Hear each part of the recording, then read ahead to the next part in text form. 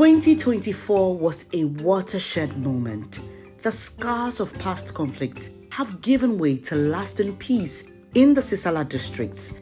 Youth in Koforidua have taken governance into their own hands, and under-resourced classrooms across northern Ghana are finally receiving the attention they deserve. Across the nation, local NGOs, traditional leaders, and civic groups have collaborated like never before, driven by Star Ghana Foundation's support. Star Ghana's vision of an inclusive and fair society was the impetus for its 2024 grassroots interventions aimed at empowering Ghanaians to take active part in determining their future. In a year marked by both challenges and uncertainty, Star Ghana Foundation cemented its position as a major civil society contributor to nation building by empowering communities, helping promote peaceful elections, championing youth-led governance, and encouraging philanthropy in Ghana. Through its strategic interventions, political tensions were diffused, vital education gaps were addressed, and new leaders emerged from the grassroots. Everywhere you look in the country, from north to south, urban to rural, evidence of Star Ghana Foundation's influence is hard to miss.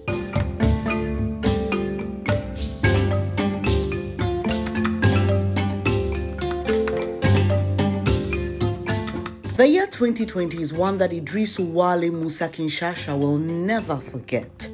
What should have been a simple election turned into a nightmare of violence and political intolerance. His crime? Declaring support for a different candidate. A peaceful electoral process spiraled into brutality. His attackers, armed with machetes, wanted him silenced permanently. Just pack my motor, I am one of our party members. Before I realized, people came. The other group, no, they came there. Attack us and butcher me the first time. If you look at my hair here, you see this. They use a big arrow, knock my hair here, spoil our motors. After they hit my hair, I'll collapse.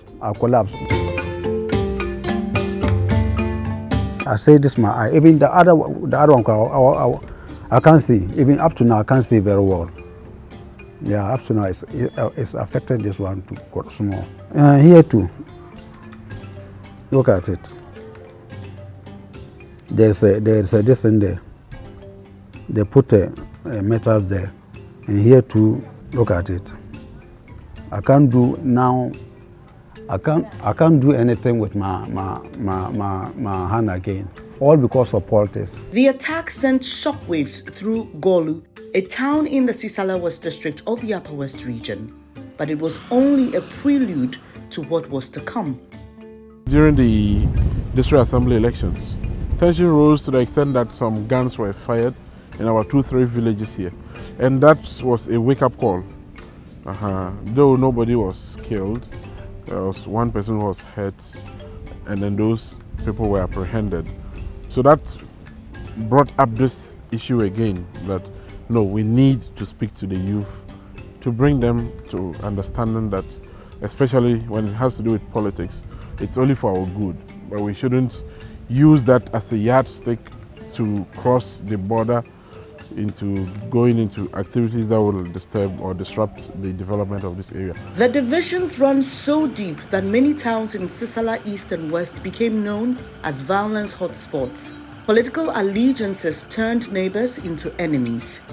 Recognizing the growing threat, Save Ghana, a local NGO, intervened with support from Star Ghana Foundation under the Security in Northern Ghana project, a peace initiative aimed at healing divisions and preventing further violence was launched. Mention can be made to 2016, where we've seen a lot of violent cases happening. 2020, that even resulted in the butchering of one of the MPP Nasara coordinators in the Sisala West District is the reason why we co-created this project with Star Ghana to ensure that we create systems that will ensure that they are able to deal with conflicts when they happen. For instance, and also provide an avenue to be able to even prevent the conflict from happening, rather than wait for it to happen and then we'll be doing firefighting. For the first time in years, opposing parties sat at the same table, not as rivals, but as partners in peace. Traditional leaders, youth groups, and local influencers joined forces to spread a message of unity. The voting time, if you go to vote, if you go to vote, you finish, go home. Don't stand there and bring any confused there. If somebody is coming, don't encourage the person. Don't show her or he where to vote. If you finish your vote, go home and have a peace. The counting time, if you want, you can come and stand and listen, but don't come and quarrel. Don't come and do any hey there, because the hey can bring confusion. The scars of the past remain, but the lessons learned are shaping a new approach to politics in Sisala West. Today, more young people have been trained as peace ambassadors, working to prevent violence before it starts. At the various meetings that we had with Save Ghana, then both stakeholders brought their experience to bear in the area of what they are doing. Especially we in NDC, we organize capacity building for our communicators, party members, executives, in relation to how to conduct ourselves during this election. As a communication officer, I impanel those who can go to FM station and conduct themselves very well. Then we urge them to use at least 2 minutes to talk about peace, 2 minutes when they are ending to talk about peace before they leave there. You know, as Africans as we are very religious. And when your religious leader is talking to you, you tend to listen. And when they are to talk, they don't fault anybody. Unlike at the police station, one have to be accused that you are at fault. But they use their skills, even before you appear before them, because of their backgrounds. So once you have the respect for the leadership, their mediation is far, far better than the police station. So we only pray that you continue such programs, not only with elections. The 2024 election recorded 0 incidents of violence in the Sisala East and West districts. Because of deep engagement, winning candidates celebrated with measured humility. Ghana's democracy is young, but its strength lies in the willingness of its people to learn, to heal, and to choose peace over conflict. For Idrisu and many others, the scars serve as a painful reminder, but also a lesson. Violence should never be the price of democracy. The advice that I'm giving people, they should be very, very careful with the parties, all the parties. There is no any better lesson there. They will fool you. You put your efforts to them. If something get a problem, they will move their eye. Most important thing is that the structures that we have created in collaboration with Star Ghana continue to exist, to continue to provide peace, and continue to protect people's property and life, and continue to ensure that even without election-related issues, we have started mediating other conflicts that are within the two constituencies. So thank you, Star Ghana, for the funding.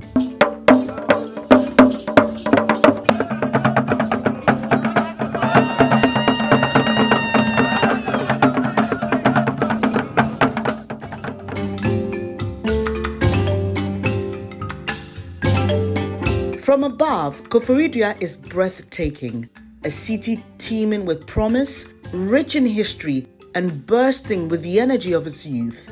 But at ground level, the reality for young people is quite different. A beautifully renovated park stands eerily silent. Its gates remain locked. This was supposed to be a vibrant hub for recreation, learning, and engagement. Instead, it is off limits. I don't think most of the youth get access to the place for now. You can see it is locked. So I want to know, when is it going to be accessible for the youth? Like, you see, it's a concern, and I would say it's a problem now, because we don't know what you are using this place for. And at first it would be difficult for you to walk to the DC's office, the MC's office, to ask them certain questions. But now that we've gotten one of the biggest platforms to reach out to them, I think through this he or she will get to know, or will get to hear our concerns about this whole development. She is not alone. Across Koforidua, young people are rising, demanding transparency, accountability, and inclusion in governance. But not long ago, things were different. Young people in Koforidua felt disconnected from governance. Their concerns were ignored, their voices unheard. Lots of times the youth wanted to be involved with any activity concerning development growth activities actually in Koforidua. But there was this kind of stereotype where Impenyufo or Hakolade, what is he coming to do over there, stuff like that. And so most of the time the youth weren't so concerned with any activity with regards to, I would say, activities within the municipality. Young people pass by as a meeting takes place. Before the COFCRO project came to Nijab and staff, the youth honestly were adamant in participating in our programs. I think they didn't know what the assembly system was all about. They left it to, I think, the elderly. That's what I think. And when you call for programs, it was really difficult to mobilize them. They didn't know where to channel their concerns to, and so generally their participation in our programs was very low. I think they didn't have the time.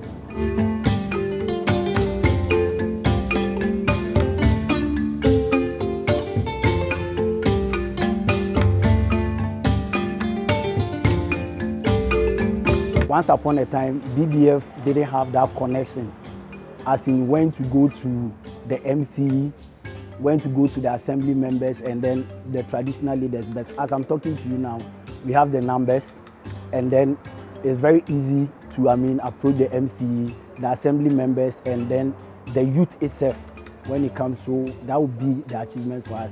Because way back, we were recording around 100 and something. But as at now, even members within BDF, we are around 400 plus going. From that moment, the tide turned. They now know how to even present their issues. They have some capacity building that they've gone through. So when they have issues, they know how to present it, the channels to pass through. And then they also know that we are available. Before, they thought there was a stumbling block that prevented them from coming to the assembly, but it's now evident that they can easily walk here and make their consent. So with this, management has to also look at it, and we are making our social media platforms very active. We are now going digital. We use those platforms to get them engaged. So we are hoping to get them more involved, and we'll also listen to them. But they didn't stop there. The youth went further, drafting a youth manifesto, gathering signatures and formally presenting their demands. Through the manifesto, we've been able to establish a good rapport between the stakeholders and then the youth. As we had an open discussion with all the three aspirants of the members of parliament then to discuss issues of the manifesto. So we recorded all their promises down. So we have a documentation, we call the MP promises, where we've documented all the things that he said he's going to do within this era. So a time is going to come, we will have another conversation with him and ask how far it has gone. And the government had no choice but to listen. So we picked their youth manifesto together with them and realized that, in fact, our existing medium-term plan is in line with their agenda. And that was why we reviewed it with them. So when we presented it to them, there was nothing different. Last year, before the year ended, we had to review our medium-term plan to factor in their concerns into the plan, and we did it with them. Today, young leaders hold key positions in governance. Out of 34 local representatives, 11 are youth representatives actively shaping policies and decisions. I did New Job in South, Namishrai, because I can see say youth need to be now person more who share leadership rules. Ni almost one more check ni media domo in terms of knowledge. Ye kwa bonten kra ye ko draft manifesto no. Mechanics dey be mechanics say community based manifesto. And yes, you share them na yetna any yetroe. Community na mu youth na wo even community na mu na trans no more draft here. And it says that community idea youth na atnas na more dey abade. Automatically almost you be home and no man nim dey papa bi o ma ebema omo combedo say omo contest for any leadership position even in the electoral area or in the metropolitan. At first, for you to get an information about what is happening in the community was very difficult. But through them, you get to know we are doing this, the assembly is doing that. So through them, like you get to know what is really going on. Now we've realized that anytime you mention about most engaging municipality, Koforidua pops up. I think before the project has helped us to be more engaging. People are now getting attention, bringing their attention to Koforidua. I would like to thank Botna Foundation and then Star Ghana for bringing up this initiative because it has really brought a lot of, happiness within New Jabi Youth because we were very reluctant when it comes to governance. But as at now, there have been a lot of improvement, and then I think for now, when I stand here, I can boast and say New Jabi is developing when it comes to youth in governance. It makes us feel fulfilled that we are helping to make a difference. We are helping young people to connect with the district authorities, not in confrontational ways, but in constructive ways in which we can find out how can the assembly support young people? How can young people be part of the decision making? We are using Koforidua or New Jabi as the pilot. The youth of Koforidua have found their voice. Thanks to Star Ghana Foundation, they will not be silenced.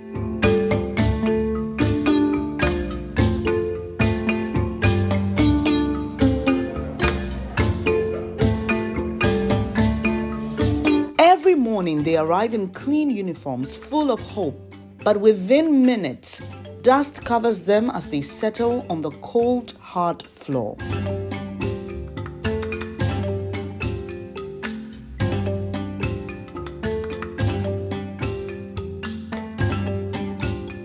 The furniture, the dual decks and other things is not enough for us to use in the school. We are always having challenging of it. My name is Njoti Alice. I want to be a nurse. When we are writing examination like this, we kneel on floor and write exams. After I finish writing, your paper will get dirty. If you went home and you want to take soap, your parents doesn't allow you to take it. They will say every time you wash your uniform, and we say now soap are now expensive. How long must they endure this? How long must education, our greatest equalizer, be compromised?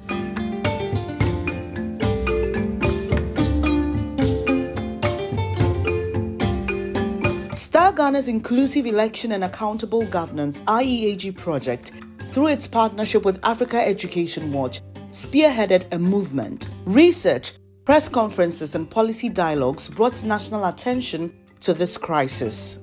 To see more and more resources pushed to areas that are least developed so that they are able to also catch up with others that are far ahead of them. Change is happening, but there's still more to be done.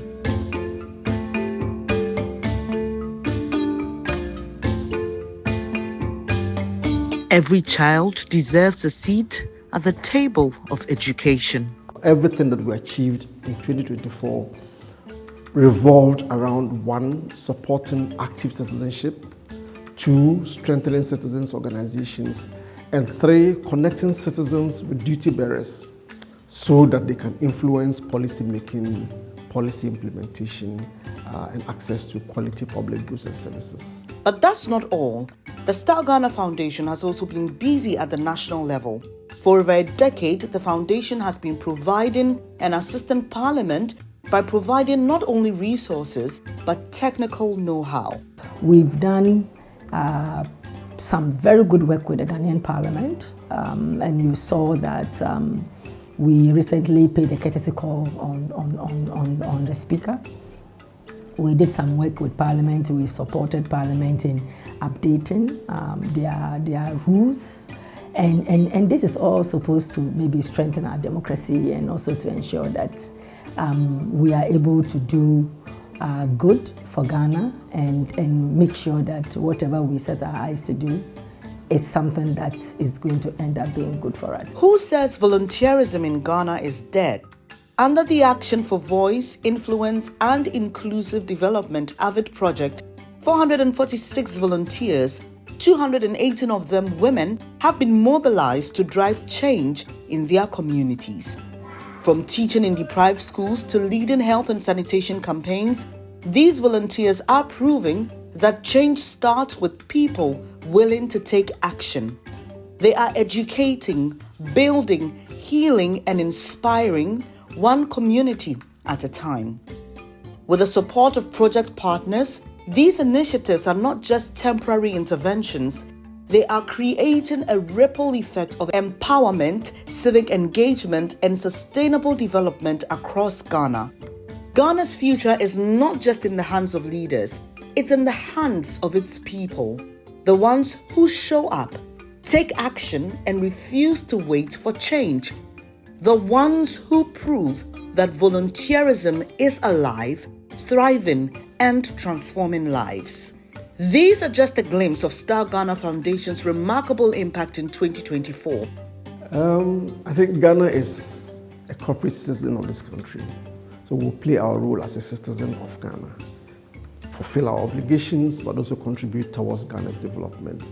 I think our niche is supporting civil society, supporting citizens to be more active in our governance processes. That at the end of the day, we ensure that, or we help to ensure that every citizen, irrespective of their socioeconomic background, has access to their rights to be able to fulfill their potentials as citizens. That Ghana would be a thriving place where our policies, our structures, everything is inclusive of the voices and participation of all categories of citizens without discrimination.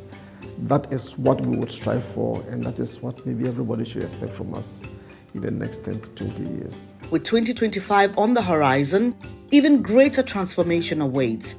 Under Strategic Plan 2, the Foundation is set to drive bold initiatives, championing sustainable local philanthropy, expanding high-impact partnerships, and deepening citizen engagement across all regions.